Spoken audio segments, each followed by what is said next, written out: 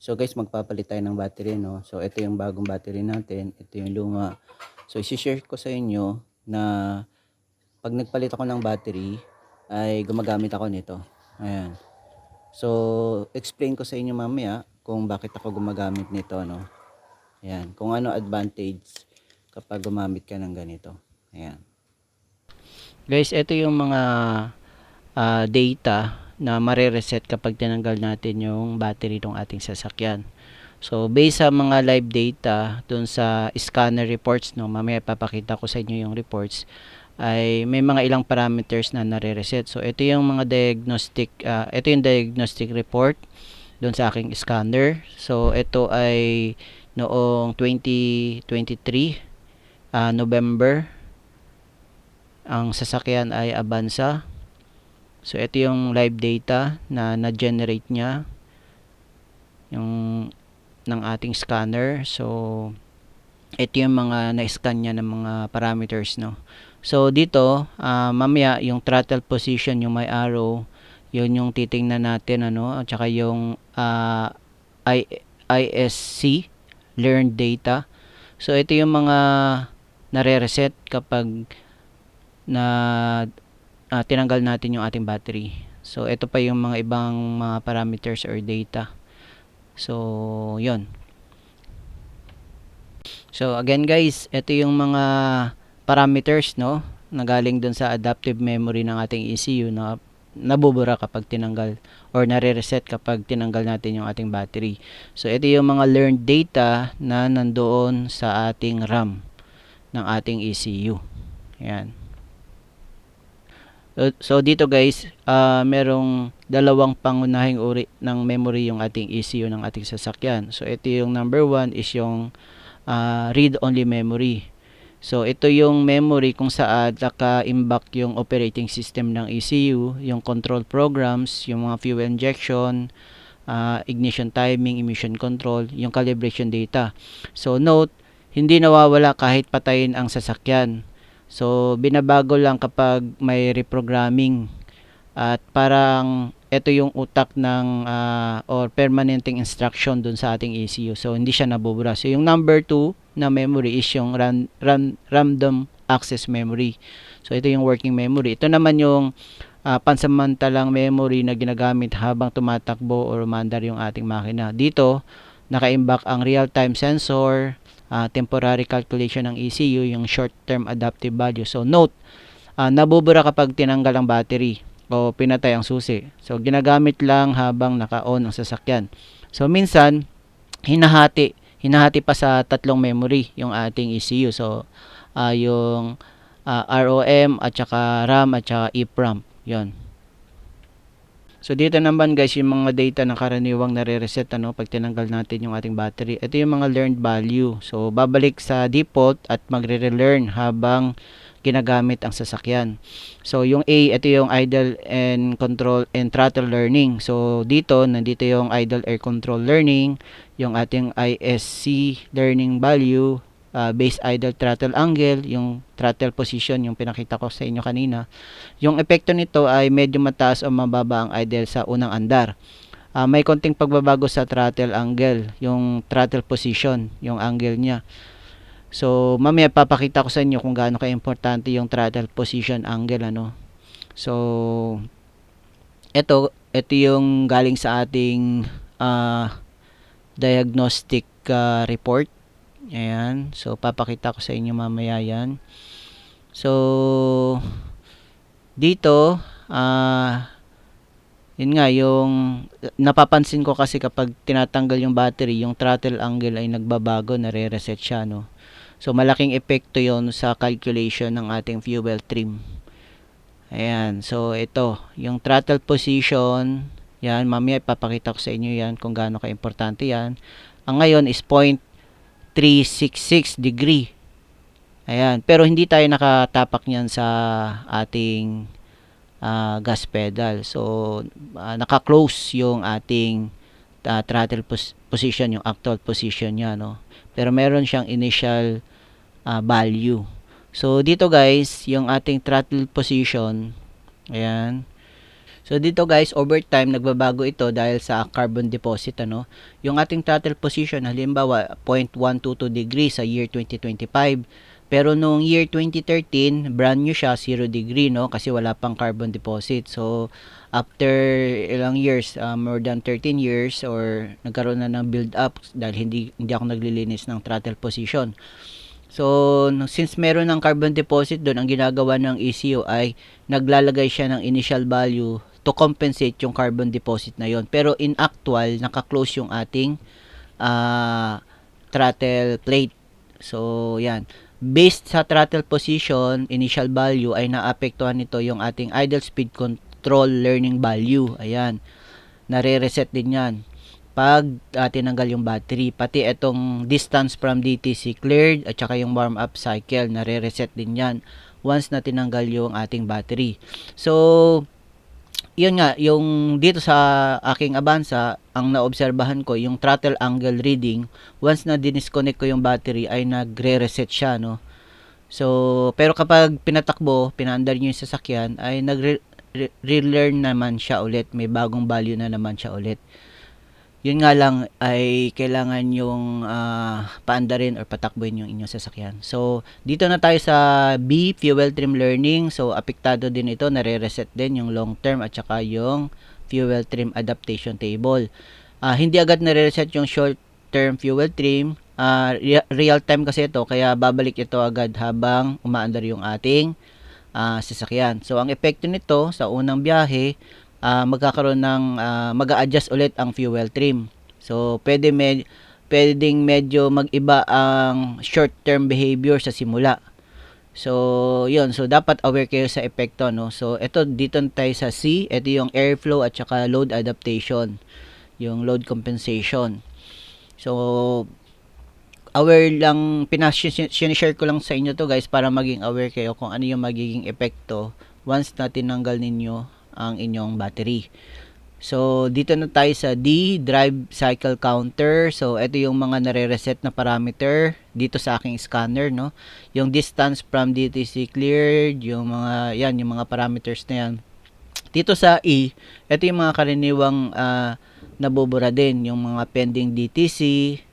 Ang mga hindi nare-reset ay yung BIN at saka ECU firmware calibration, permanent DTC, so yung odometer, so hindi yun na bubura. So dito naman guys ay magka-capture lang tayo ng latest diagnostic report sa ating ECU. Ito ay select na lang natin yung Avanza para masigurado na meron tayong data na nakuha bago natin palitan ng bagong battery yung ating sasakyan. So, para masigurado na walang nagbago dun sa data, no, after natin palit ng bagong battery. So, AFI, ayan. So, dito, magge-generate lang tayo ng report. So, select lang natin yung all data, select all. So, meron tayong 91 parameters na na-scan ng ating scanner. I-click lang natin yung OK. Then, pwedeng view report kapag kung gusto nyong tingnan yung mga previous report. Ayan. Yung mga previous report dyan. So, ang gagawin natin is magge-generate tayo ng bagong report. So, yung kung ano yung latest parameter. Yan. So, ito yung diagnostic report niya. So, February 1, 2026. Yan yung oras. So, ito yung mga live data na nakuha. Yan yung mga na-scan niya. So, dito guys ay tingnan lang natin yung ating throttle position. So, yan yung kasi yung, ayan, 0.366 degree. So, yan, naobserbahan ko yan. Once na tinatanggal ko yung battery, nare-reset yan. So, malaking epekto niyan sa calculation ng ating idle speed control learning value. Yan. So, yan, nare-reset din yung ISC learning value. Then, nare-reset din yung ating Yan. So, pinapakita ko lang sa inyo yung mga parameters or mga data, no, na na-scan. So, overall, 3 pages yung sa ating diagnostic report. So, yung distance from DTC cleared, yan, nare-reset din yan kapag tinanggal ninyo yung inyong battery. So, dito guys, ang kailangan lang natin ay meron lang tayong 12 volts battery, ano. Ayan, so, yung tinuro ko kanina, yun yung ating positive, no. Then, at saka yung negative. So, ito na yung ginagamit kong tools para hindi mawalan ng supply yung ating ECU, 12 volts, no. So, dito ako magko-connect sa OBD port nya.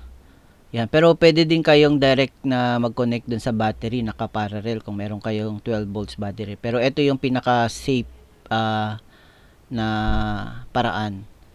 So, yan. So, kinabit ko muna siya. Yan. So, once na nakabit niya, tutunog yan.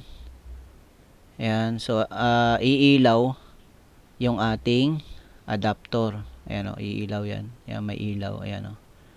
Ayan, may ilaw. So, ibig sabihin, meron na siyang power. Ayan o. Ayan. So, once na ikinabit nyo yan dun sa OBD port, tutunog yan.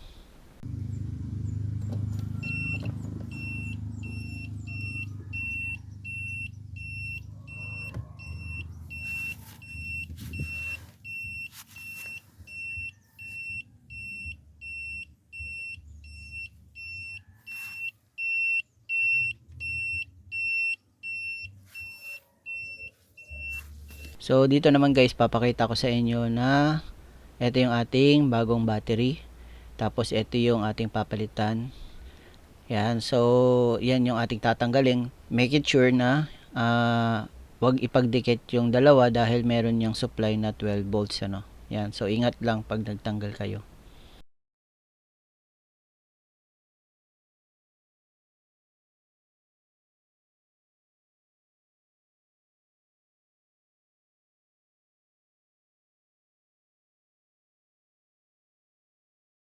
So, yan guys, tinanggal na natin yung ating lumang battery. So, dito guys, pinaka-importante na wag magdikit etong dalawa kasi meron yung 12 volts na supply.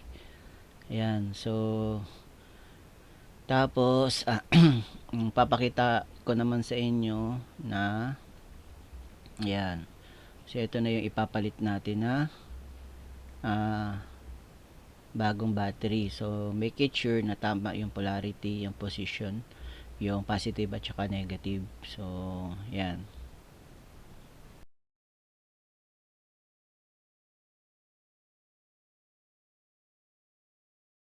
So, yan guys, naikabit na natin yung ating positive. Yan, ito yung positive natin. So, hindi pa rin natin na ikakabit yung negative. So, papakita ko sa inyo na tumutunog pa rin yung ating yung ating adapter. Ibig sabihin, continuous pa rin yung 12 volt supply doon sa ating ECU. Yan siya. So, yan. So, balik tayo dito. Ikakabit na natin yung ating negative.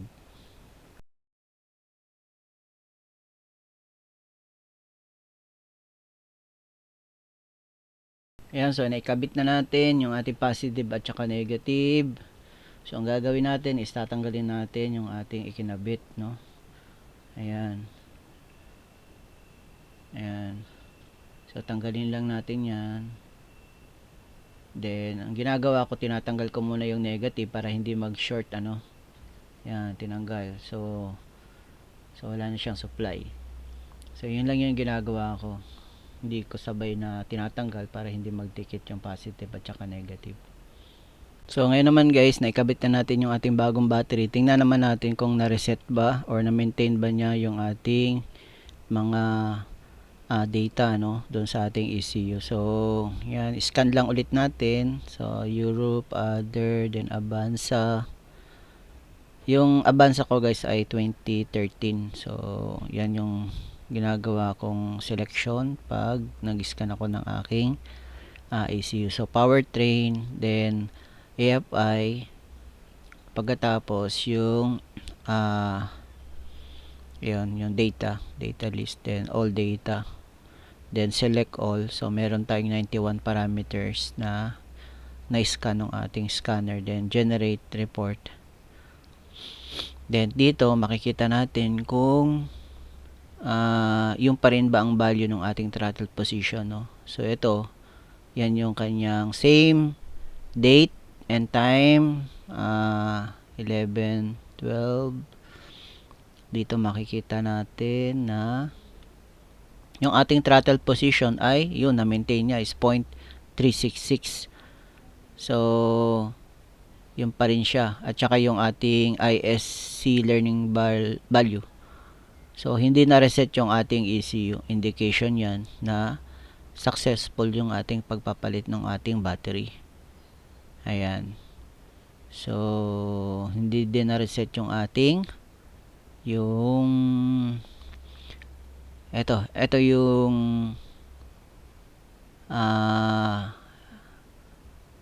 ito yung distance from DTC cleared, so hindi siya na reset. So okay guys yung ating pagpapalit ng ating battery. So ito, papakita natin kung yung bagong battery na ba yung ating naikabit, ano. So ayan, yan na yung bago. Ayan. So successful yung ating pagpapalit ng ating battery. Yun guys, salamat. Ito yung luma. Ito yung ating bagong battery. Ayan.